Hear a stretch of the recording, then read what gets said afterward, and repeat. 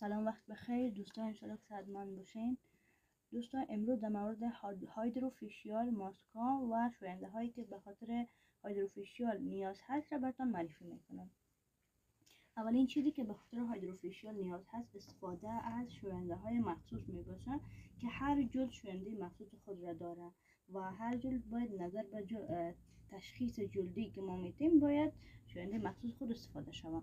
بعد از استفاده از شوینده ها استفاده از تونرهای خاص می باشد که هر جلد تونر مخصوص خود را داره که باید استفاده شود. تونر با پخته آغشته میشه، به صورت کشیده میشه و عمیق‌ترین لایه پوست صورت هم پاکسازی میکنه.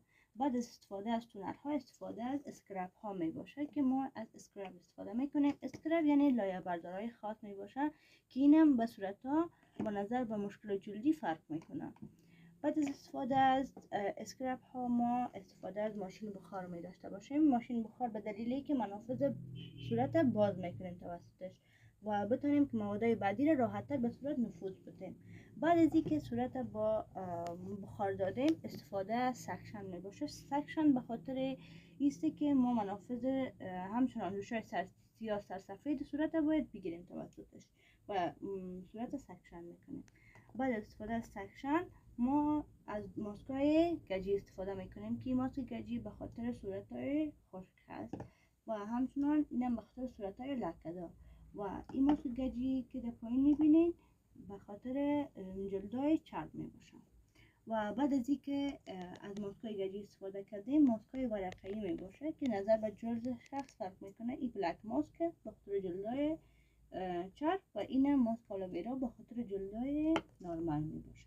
بعد از اینکه مراحل پاکسازی تمام شد ما جلد شخص بخار سرد میتیم به خاطر بسته کردن منافذش، چون ما استفاده ماسکای ورقه‌ای باعث شد که صورت شخص منافذش باشه و باز همراه این ماشین بخار سرد میتیم.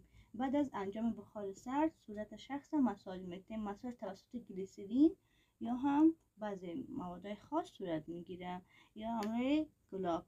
بعد از اینکه مساج هم دادیم شخص خوب ریلکس میشه باز استفاده از ضد آفتاب میباشه که ضد آفتاب ما نظر به جلد فرق میکنه. میکاپ دار و بدون میکاپ هم داریم. بعد استفاده از کریم دور چشم هم فراموش نشه چون خیلی مهم هست دور چشم.